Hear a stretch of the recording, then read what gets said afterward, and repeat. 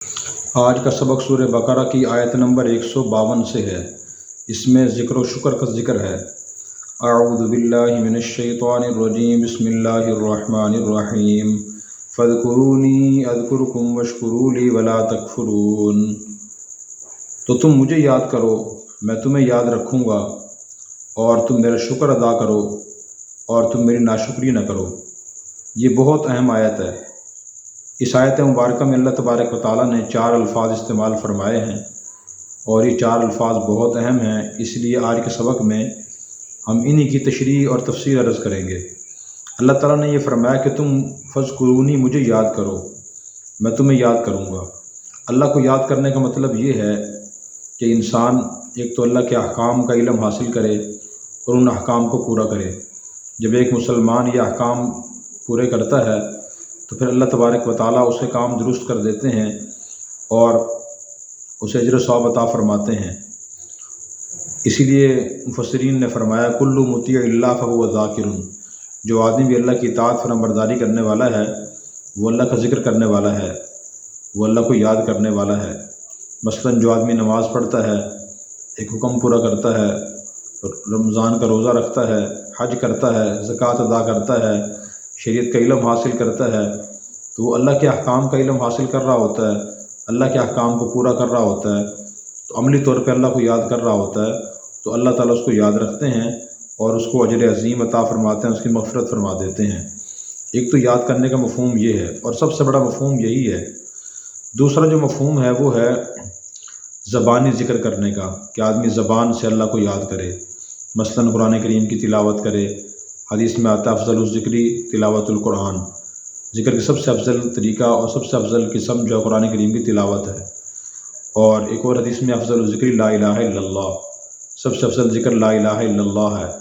ایک اور حدیث میں ہے کہ صحابہ نے پوچھا کہ یا رسول اللہ ہم کون سا ذکر کریں، کیسے اللہ کو یاد کریں؟ تو اللہ تعالیٰ کے نبی صلی اللہ علیہ وسلم نے ارشاد فرمایا کہ اس طرح یاد کرو جس طرح فرشتے یاد کرتے ہیں، سبحان اللہ بحمدی، یہ پڑھا کرو کثرت سے۔ اور ایک اور حدیث میں ہے کہ سب سے تم ایسے بتاؤں ایسے کلمات جو زبان پہ ہلکے ہیں اور ترازو میں بھاری ہوں گے، جن کا وزن اللہ کے ہاں بہت زیادہ ہوگا اور بہت ہی اجر و ثواب والے ہیں۔ تو صحابہ نے عرض کیا رسول اللہ بتائیے، میں سبحان اللہ و بحمدہ سبحان اللہ العظیم، یہ ہیں۔ تو یہ کلمات اللہ کے ذکر کے ہیں، درود شریف، استغفار۔ ذکر لسانی ہوتا ہے کہ آدمی زبان سے اللہ اللہ، استغفر اللہ، الہ الا اللہ، سبحان اللہ پڑھتا رہے۔ اور دوسرا ہوتا ہے اس سے افضل ذکر جس میں توجہ بھی ہو، آدمی زبان سے بھی ذکر کر رہا ہو اور دل بھی اس اللہ کی طرف متوجہ ہو، یہ افضل شکل ہے۔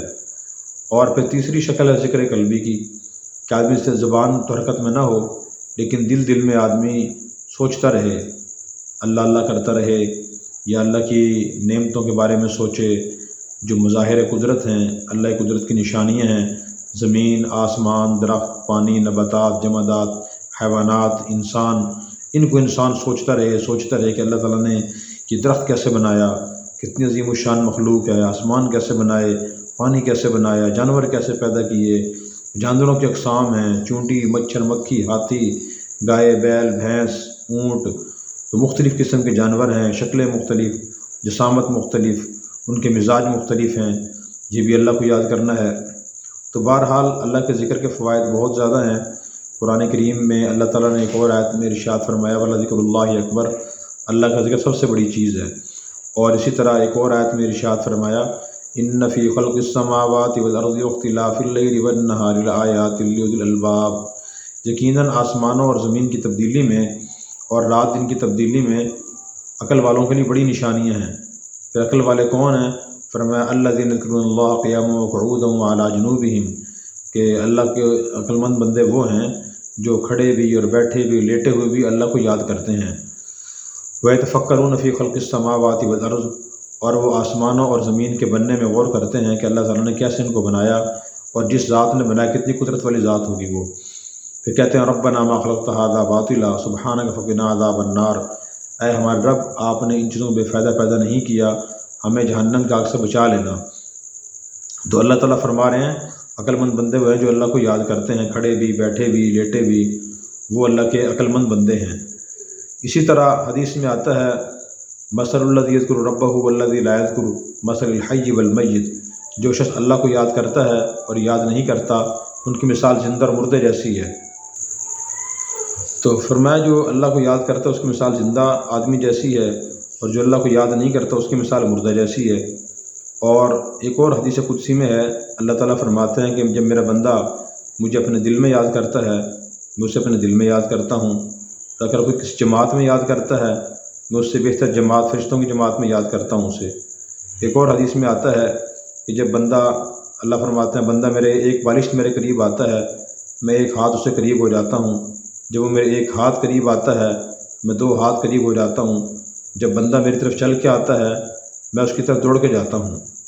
ایک اور حدیث میں آتا ہے کہ جب کس جگہ اللہ کے نیک بندے بیٹھ کے اللہ کا ذکر کرتے ہیں تو فرشتے انہیں گھیر لیتے ہیں اور رحمت ان پہ نازل ہوتی ہے، ان پہ سکون نازل ہوتا ہے۔ تو یہ سارے ذکر کرنے کے فوائد ہیں، اس لیے ان کا تقاضا یہ ہے کہ ہر مسلمان کو روزانہ کچھ نہ کچھ ذکر کرنا چاہیے۔ بزرگان دین نے اس کے مختلف طریقے بتائے ہیں۔ سب سے بہتر طریقہ زبانی ذکر کرنے کا قرآن کریم کی دعائیں ہیں۔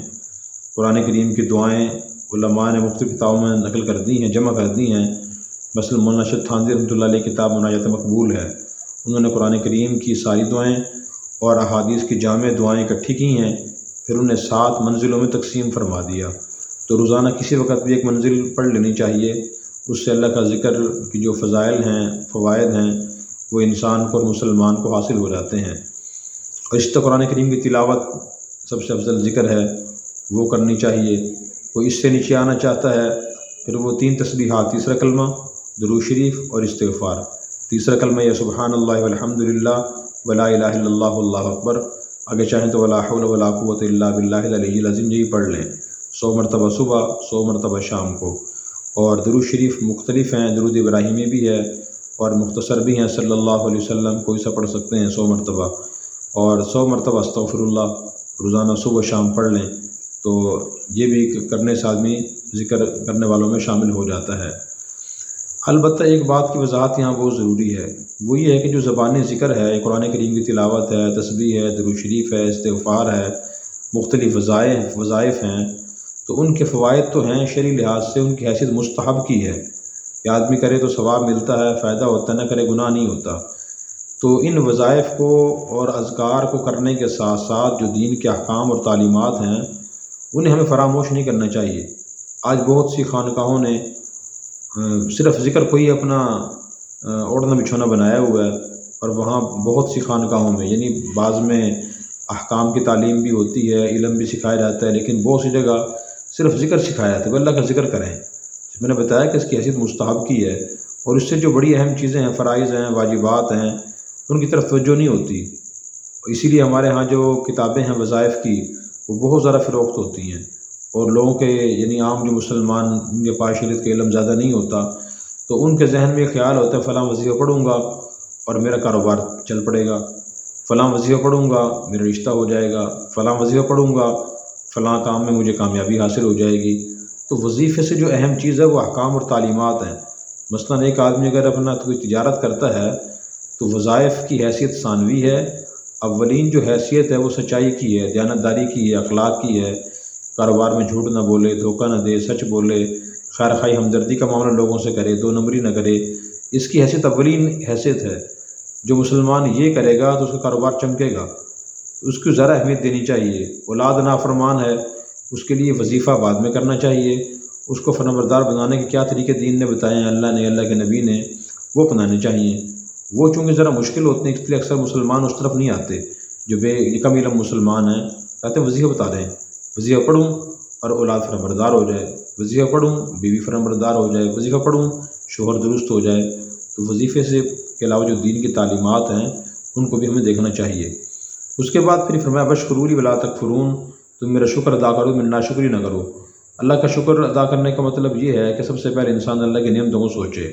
اللہ نے ہمیں انسان بنایا، مسلمان بنایا، اور اپنے نبی کی امت میں پیدا فرمایا، ہمیں جسم کے اعضاء عطا فرمایا، آنکھ دیکھ رہی ہے، دماغ سوچتا ہے، دل بھی سوچتا ہے، دانت صحیح کام کر رہے ہیں، آنکھ ناک کان ہاتھ پاؤں دل دماغ گردے صحیح کام کر رہے ہیں، ساری اللہ کے عظیم الشان نعمتیں ہیں۔ ان میں سے ہر نعمت ایسی ہے جو کروڑوں روپے میں بھی انسان کو نہیں مل سکتی اگر خدا نہ خواست ضائع ہو جائے تو۔ ایک تو یہ شکر انسان اللہ کی نعمتوں کو سوچے، جب انسان سوچتا ہے تو پھر اس کے بعد زبان سے بھی کہے میں ان نعمتوں کے لائق نہیں تھا، اللہ نے مہربانی فرمائی مجھے نعمت عطا فرما دی۔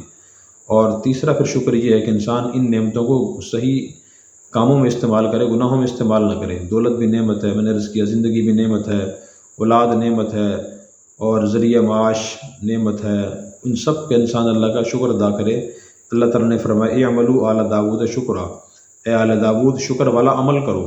شکر کا عمل یہ کہ انسان فرمانبرداری کرے، نافرمانی نہ کرے۔ پھر اللہ نے شکوہ بھی فرمایا وقلیل من عبادی الشکور، میرے بندوں میں شکر گزار بہت کم ہیں۔ اکثر ہم لوگ ان لوگوں کو دیکھتے ہیں جن کے پاس دولت، مکان، گاڑی، دنیا کا ساز و سامان، عہدہ ہم سے زیادہ ہے، تو اس کو دیکھ کے پھر یہ ذہن میں خیال آتا ہے اکثر لوگوں کے میرے پاس تو کچھ بھی نہیں ہے، اصل تو فلاں کے پاس ہے۔ پھر انسان اپنے پاس جو نعمتیں وہ سوچتا نہیں ہے، شکر ادا نہیں کرتا۔ تو صحیح طریقہ یہ ہے کہ دنیاوی لحاظ سے اپنے سے نیچے والے کو دیکھا جائے، پھر نظر آئے گا فلاں کے پاس یہ نعمت نہیں ہے، میرے پاس ہے۔ پھر فخر کے بجائے انسان جب شکر ادا کرتا ہے تو اللہ کا وعدہ ہے لئن شکرتم لازیدنکم، تم شکر ادا کرو گے میں تمہیں مزید دوں گا۔ اگر ناشکری کریں گے، مثلاً نعمتوں کو سوچیں گے نہیں، زبان سے اظہار نہیں کریں گے یہ شکر، اور ان کو صحیح استعمال نہیں کریں گے، پھر اللہ تعالیٰ نعمت انسان سے چھین لیتے ہیں۔ اللہ تعالیٰ ہمیں ذکر و شکر کی توفیق عطا فرمائے۔